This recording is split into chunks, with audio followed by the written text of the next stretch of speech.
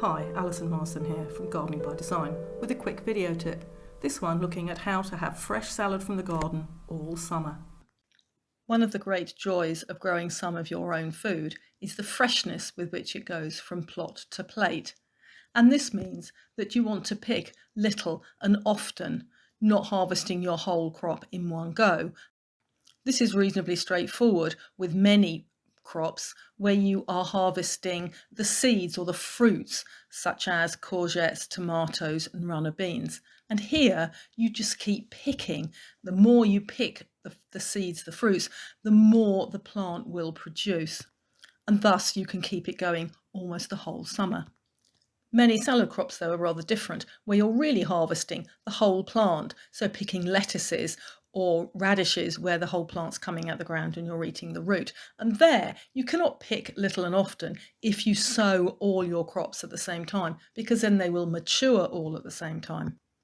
Quick crops, such as radishes and rocket, where you can sow seed and harvest the whole plant about 4 weeks later, it's pretty straightforward. You simply sow little and often and then harvest little and often.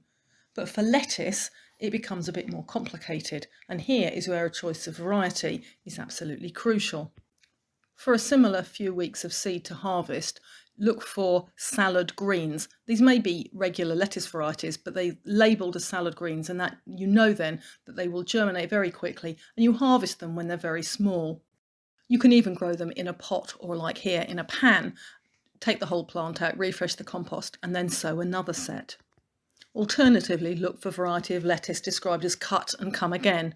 And this is where, as the lettuce begins to heart up, you cut the top off and you'll get new growth from the stalk. Don't cut right down to the ground, because you need to leave roots, a little bit of the crown and a centimetre or so of stalk for it to regrow.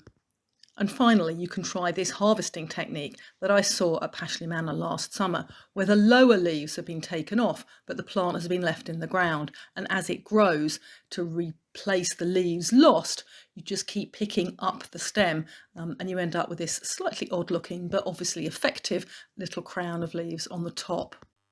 There's more information on my Gardening by Design website about how gardening supports well-being and how I can help you.